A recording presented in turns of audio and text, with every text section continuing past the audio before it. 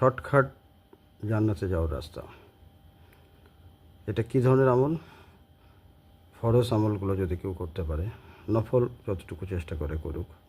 সবচেয়ে যেটা বড় গুরুত্ব দেওয়া হয়েছে সেটা হচ্ছে বাবা মা যদি সন্তুষ্ট থাকে, বাবা মার কোনো ওসিয়ত যদি কোনো সন্তান পূরণ করে, বাবা মার কোনো দুঃখ ক্ষোভ কষ্ট থাকে না, সেই ব্যক্তি শর্টকাটে জান্নাত যাবে। সুবহানাল্লাহ।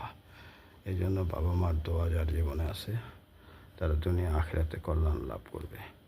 আর যারা বাবা মায়ের কোনো ওসিয়ত করতে পারেনি, তারা যদি কেউ বেঁচে থাকে, আমি তাদেরকে অনুরোধ করব যে তারা বাবা মাকে যেন সন্তুষ্ট করতে পারে। আর যদি পৃথিবী থেকে চলে গেছে, তাহলে সেই ওসিয়তগুলো যদি সেই ব্যক্তি পালন করতে পারে, ইনশাআল্লাহ তার জন্য শর্টকাট জান্নাত নির্ধারিত। সুম্মা আমিন আমিন। আল্লাহ পাক আমাদেরকে আমল করার তৌফিক দান করুক।